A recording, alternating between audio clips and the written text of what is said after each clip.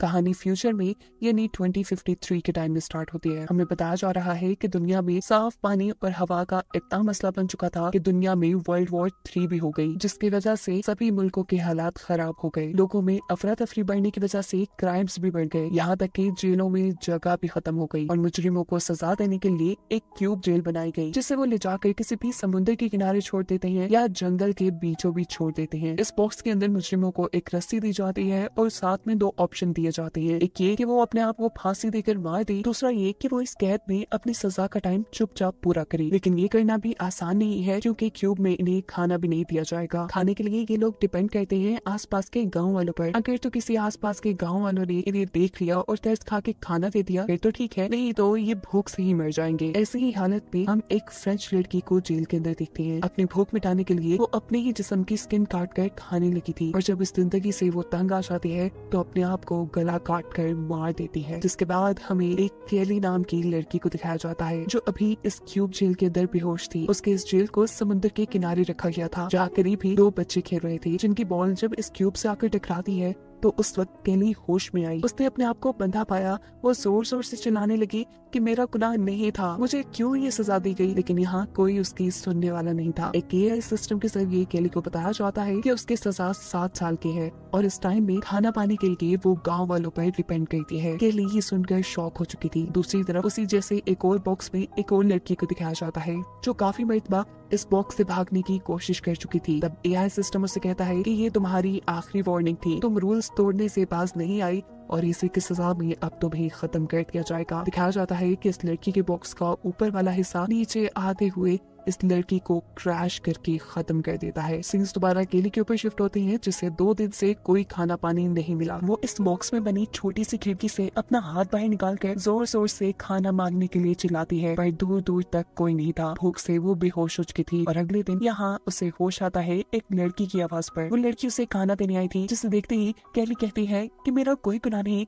मुझे यहाँ क्यों बंद किया गया। जिसका जवाब में लड़की कहती है कि मुझे ये मालूम नहीं है। केली जब यहाँ से निकलने की बात करती है तो ये लड़की कहती है कि इसका फैसला तो गवर्नमेंट ही करेगी और हाँ, यहाँ से खुद निकलने की कोशिश भी ना करना वरना तुम्हारा बहुत बुरा हाल हो जाएगा। उसने लड़की का दिया खाना खाया और कुछ दिन ऐसे ही गुजार दिए। थोड़े थोड़े दिनों बाद वो लड़की खाना देने आती रहती थी। केली इस अजीब सी बॉक्स वाली जिंदगी से तंग भी आ गई थी। वो अपने आप को गला घोट कर मारना चाहती है, पर ये काम भी उससे नहीं हो पाया। दिन गुजरते रहते हैं। आहिस्ता आहिस्ता केली को यहाँ रहने की आदत हो गई थी। उसने खिड़की से बाहर हाथ निकालकर वो बच्चों की बॉल भी उठा ली थी, जिस बॉल की वजह से उसे होश आया था। टाइम पास करने के लिए वो समुद्र की लहरों को देखती और इस बॉल से खेलती। केली ने जितने भी दिन यहाँ जेल में गुजारे थे सभी अच्छे गुजारे थे, इसीलिए एआई उसे बताता है कि उसे एक दूसरी जगह शिफ्ट किया जा रहा है, जहाँ ज्यादा लोग उसे खाना पानी देने के लिए आते रहेंगे। यहाँ जंगल में उसके पास एक लड़की आती है और उससे पूछती है कि तुम क्या कर रही हो। केली बताती है कि मैं मेडिटेशन कर रही हूँ, जिससे मुझे यहाँ रहने में हौसला मिलेगा। मुझे 7 साल की सजा हुई है। ये लड़की अब उससे पूछती है कि तुमने शेक्सपियर के बारे में सुना, ये किताब ले लो, इसे पढ़कर तुम्हारा टाइम अच्छा गुजर जाएगा। जिसे केली लेने से मना कर देती है क्योंकि ये जेल के रूल्स के खिलाफ था। अब लड़की उसे खाना देकर चली गई थी। केली जब खाना खा रही होती है तो उसे पता चलता है कि लड़की ने एक छोटी सी किताब उसके खाने में छुपाकर उसे दे दी थी, जिसे वो एआई के कैमरा से छुपा लेती है, क्योंकि अगर एआई के कैमरा ने उस किताब को देख लिया तो वो रूल्स टूटने पर केली को बहुत बड़ी सजा देंगे और अभी वो कोई दर्द नहीं चाहती। एक दिन हम देखते हैं कि केली अपने पास जमा हुए पानी से नहाती है, जिसके बाद वो उस पानी को खिड़की से बाहर फेंक देती है। यह उसके पीने का पानी था जिससे वो वेस्ट कर चुकी थी और ऐसे वो एक रूल तोड़ चुकी थी, जिसकी सजा में उसे वापस उसी आइलैंड पे भेज दिया जाता है जहाँ कम लोग आया करते थे। अब वो लड़की जिसने पहली बार केली को यहाँ पे खाना दिया था, वो उससे पूछती है कि तुमने ऐसा क्या बुरा किया कि उन्होंने तुम्हें वापस यहाँ भेज दिया। केली उसकी बात का कोई जवाब नहीं देती, उल्टा उसी से सवाल करती है कि तुम लोग फैसला कैसे करते हो कि किस कैदी को खाना देना है और किसको नहीं। ये लड़की बताती है कि इस चीज का डिसीजन हमारे मॉन्क लेते हैं। मेरी कोशिश यही होती है कि मैं ज्यादा से ज्यादा लोगों को खाना दे सकूं, लेकिन इस समुद्र के इर्द गिर्द मौसम बहुत ज्यादा खराब रहता है। हर रोज यहाँ आना पॉसिबल नहीं होता और ऐसे बहुत से कैदी भूख से मारे जाते हैं। इस लड़की के यहाँ से जाने के बाद केली के पास 2 चीजें थी टाइम पास करने के लिए, एक वो बॉल और दूसरी किताब, जिस किताब को पढ़ने के लिए उसे बहुत जतन करने पड़ते थे कि कहीं एआई कैमरा उसे देख न ले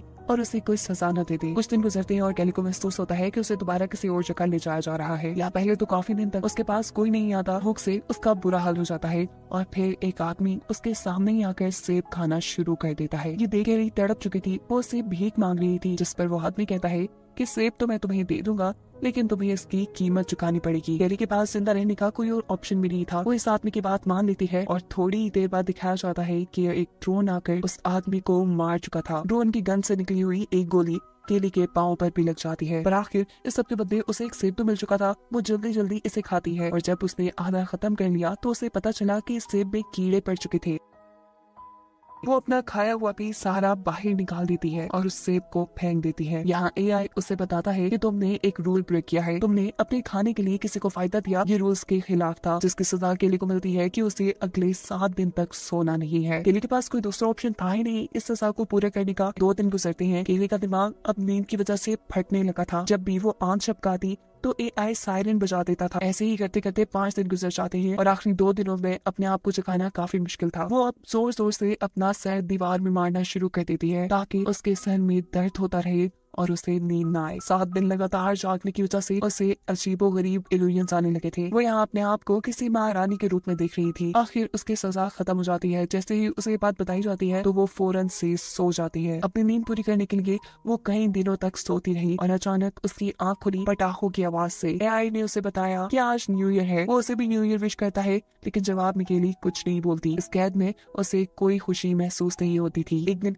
केली के पास एक बूढ़ी औरत आती है जो उसे बता रही थी कि उसने भी क्यूब जेल के अंदर 15 साल गुजारे। ये जेल कैसी दर्दनाक है वो ये बात जानती है। उसे रोज ही इस जेल के बुरे ख्वाब आते हैं। मुकेलिस कहती है कि इस जेल में रहने से अच्छा है अपने आप को मार लिया जाए। वो एक जंग लगा ब्लेड केली को देखकर यहाँ से भाग जाती है, लेकिन अपने आप को खत्म करने का भी केली के अंदर हौसला नहीं था। 4 महीने गुजर चुके थे। केली अब बीमार भी पड़ चुकी थी। उसके पाँव में जो गोली लगी थी वो जख्म भी सड़ रहा था। अगले दिन वो ये जंगल में उस लड़की को देखती है जिस लड़की ने उसे किताब दी थी। वो आवाज देकर इस लड़की को अपने पास बुलाती है, उससे लेकर पानी पीती है और इस लड़की को बताती है कि वो अब प्रेग्नेंट है। केली उसे कहती है कि मुझे तुम्हारी मदद चाहिए, तुम चाहे मुझे यहाँ से निकाल लो या फिर इस बच्चे का ख्याल रखने में मेरी मदद करो। जब केली यहाँ से निकलने की प्लानिंग कर रही थी तो एआई दोबारा सायरन बजाना शुरू कर देता है, जिसका मतलब था कि केली ने एक और रूल तोड़ दिया है, जिसकी अब केली को कोई ना कोई सजा मिलेगी। वक्त गुजरता है और 6 माह बाद हम केली को उसी जेल में उसी तरह पड़ा देखते हैं। एक आदमी केली के पास आकर पूछता है कि या तुम्हें आसान मौत चाहिए। केली पूछती है ये कैसे, जिस पर वो आदमी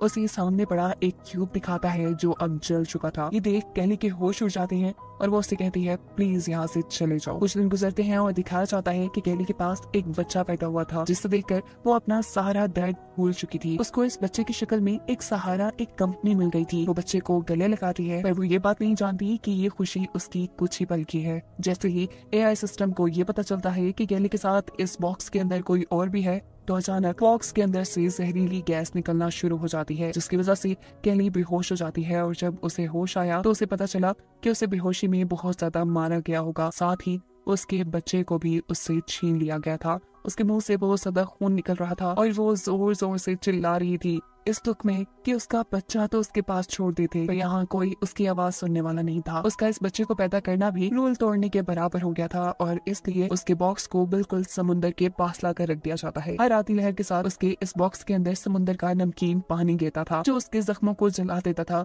केली इससे बहुत परेशान थी। थोड़े ही दिन गुजरते हैं और समुद्र में तूफान आ जाता है। इस बॉक्स के अंदर तेजी से पानी भरने लगा था और इसीलिए इस बॉक्स का एआई सिस्टम खराब हो चुका था। ये बात जैसे ही गवर्नमेंट को पता चलती है तो गवर्नमेंट की तरफ से केली के क्यूब को ढूंढकर उसको तबाह करने का ऑर्डर दे दिया जाता है। हम देखते हैं कि जैसे ही एआई ड्रोन्स को केली का क्यूब मिलता है तो वो उसे शूट नहीं करते, बल्कि यहाँ से उठाकर कहीं ले जाने लगते हैं। पर रास्ते में आसमानी बिजली इस ड्रोन पे गिर चुकी थी, जिसकी वजह से ड्रोन में आग लग जाती है और केली का क्यूब भी टूटकर खुल जाता है। और इस सब के 2 दिन बाद हमें दिखाया जाता है कि केली का क्यूब टूटा हुआ एक तरफ पड़ा था और वो आजाद उसमें से बाहर थी। फाइनली उसकी दर्द और तकलीफों वाला ये पीरियड खत्म हो चुका था। वो अब आजाद थी और इसी के साथ ये कहानी यहाँ खत्म हो जाती है।